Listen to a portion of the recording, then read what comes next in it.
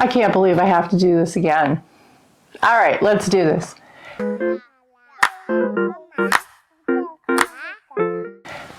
Hello friends, I'm Regina. This is Going Away Guide, and today I'm going to share with you 25 things that I do before I leave on vacation so I can have peace of mind while I'm away and not worry about things back home. My list is in no particular order right now, but it's 25 things.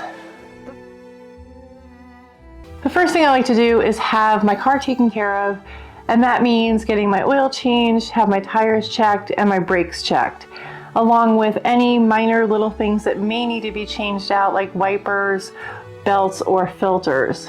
I generally will have a conversation with my mechanic, who has been taking care of my car now for about 10 years, to ask to make sure everything is okay and that the car is roadworthy.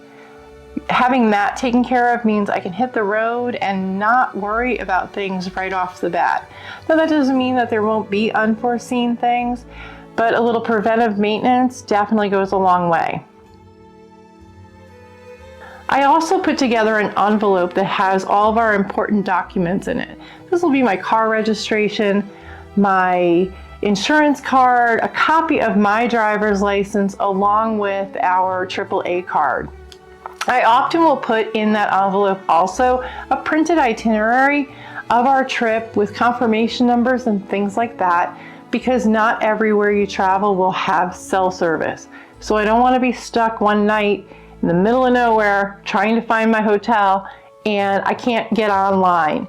So I print it out and I just stick it in the glove compartment with everything else. I like to tidy up the house before we leave because there is nothing worse than coming home to a dirty house. I don't do a full cleaning. I just like to tidy up after the whirlwind of getting everything packed.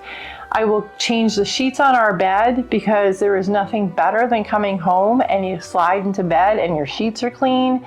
And I will do a last load of laundry and do our dishes before leaving, making sure both are done before we go so none of the appliances are running. I like to unplug things like coffee pot and toaster because those are the #1 cause of house fires in the United States apparently. And I also unplug things like computers, TVs, and anything we're not going to be using, just to be on the safe side.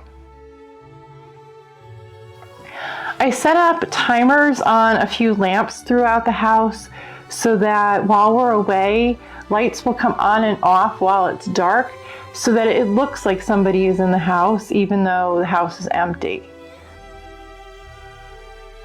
I also let my neighbor know that I'll be gone, and I provide them with a key so that they can come and go if they need to in an emergency and get into the house. Now, this neighbor is trusted. You can leave a key with a family member or a trusted friend. It doesn't have to be a neighbor, but it's always good to have somebody have a key that they can get into your house if they need to in an emergency, because sometimes things happen and you're too far away to get here to take care of it.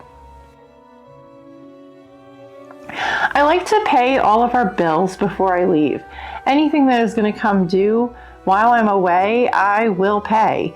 And I will also set up any auto pays for while I'm gone. I don't usually use auto pay for anything.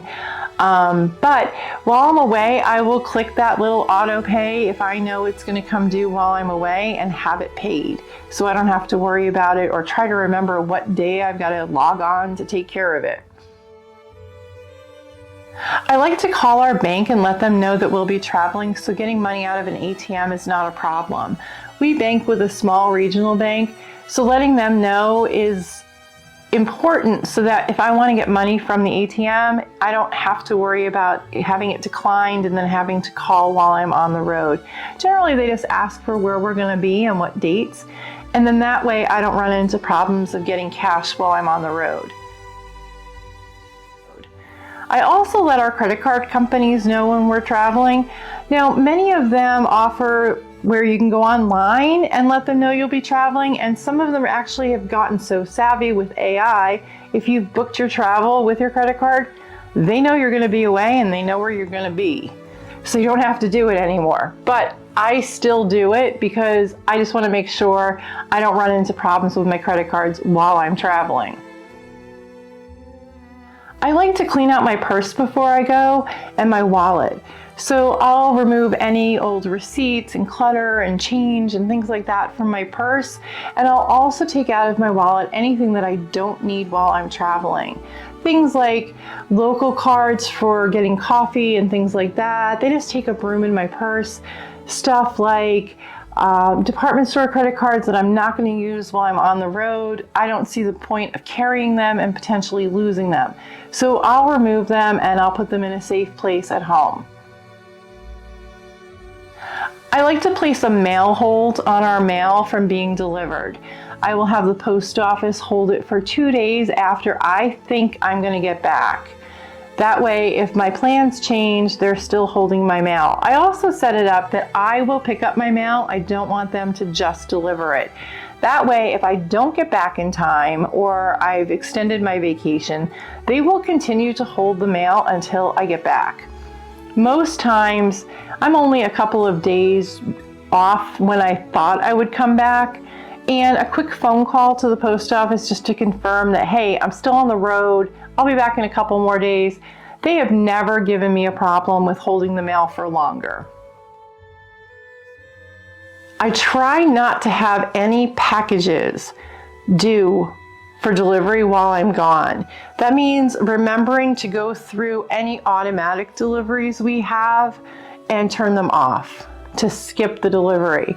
If by chance I miss something, friend with the key can always pick up the package, but I try to remember to turn off things like our subscribe and save and anything else that automatically comes by just skipping that delivery so that I don't have to worry about boxes arriving and nobody is here. Set the temperature on your thermostats down so that you're not heating the house as if somebody were home or cooling it off as if somebody were home. So you're gonna just turn your air conditioning up or your heat down to prevent freezing of your pipes and also keep the house cool enough that you don't have a humidity problem in the house. But you also don't wanna be running it at like 70 while you're gone for a couple of weeks.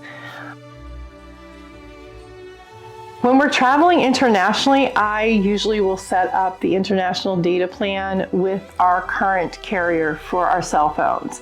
I just find it easier than having to figure out getting SIM cards and unlocked phones and all of that. This is one of those, you do what works for you.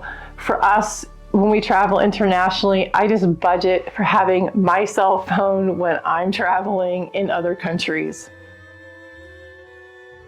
The hot water heater in my house is an on-demand system now, but when we had a tank hot water heater, I would turn that to vacation mode so that I wouldn't be heating water too hot the entire time we were gone.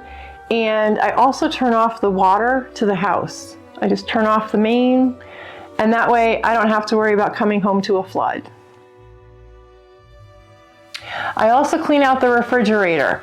I don't want to come home to a compost pile in my vegetable bin. And basically what I try to do is eat through anything that's going to go bad before we leave. And then anything that is remaining, I often will just give it to friends to let them eat before it goes bad. And if anything is unopened, I'll usually donate it.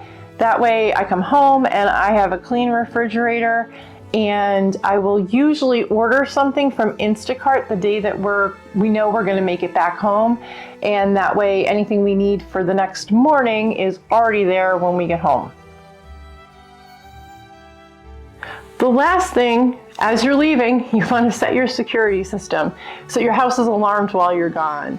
You also want to let your trusted friend know what the alarm code is and what the special password is that your alarm company gives you, so that if the alarm goes off, they can come over and they can take care of it.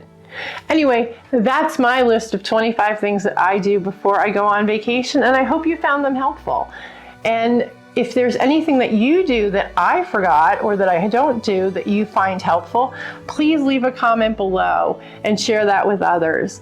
Thanks for stopping by. I hope I'll see you again soon. Bye.